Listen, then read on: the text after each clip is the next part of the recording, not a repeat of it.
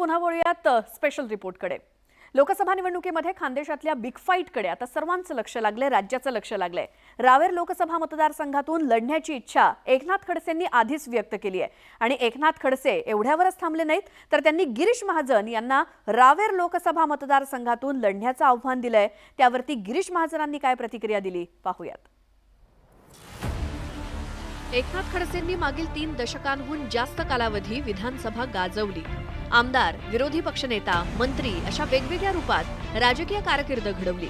पण आता एकनाथ खडसेंना दिल्लीचे वेध लागलेत। रावेर लोकसभा मतदारसंघातून लढण्याविषयीचं भाष्य एकनाथ खडसेंनी केलं होतं आणि एकनाथ खडसे सध्या शरद पवार गटाचे विधान परिषदेचे सदस्य आहेत। तर दुसरीकडे एकनाथ खडसेंची सून रक्षा खडसे या रावेर लोकसभा मतदारसंघातील विद्यमान खासदार आहेत। मात्र याच मतदारसंघातून एकनाथ खडसेंनी गिरीश महाजन यांना लढण्याचं आव्हान दिलंय।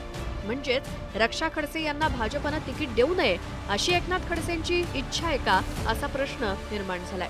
लोकसभा उमेदवारी घेण्यासाठी ताकद लागते, लोकप्रियता लागते।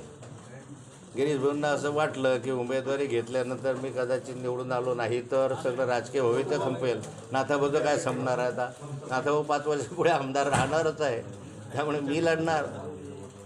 त्यामुळे गिरीश भाऊंनी या ठिकाणी आव्हान स्वीकारा ना। मी घरी बसणं पसंत करेन, कशाला घरी बसतो बाबा? घ्या ना, पुढचा स्टेप घ्या। 6 वर्ष 6 टर्म तुम्ही आमदार राहिला तर एक वेळ खासदार केला तर उभे राहून दाखवा। एकनाथ खडसेंनी गिरीश महाजन यांना थेट लोकसभेच्या मैदानात उतरण्याचं आव्हान दिलंय।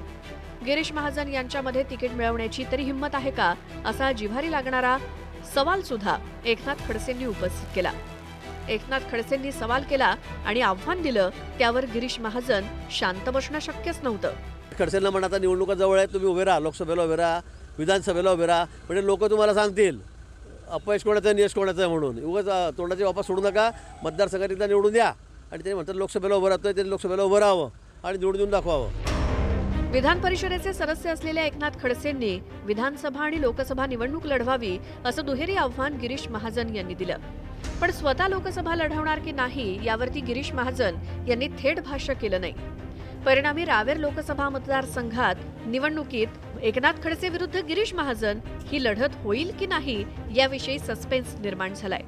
Bureau report, news 18 Lokmat.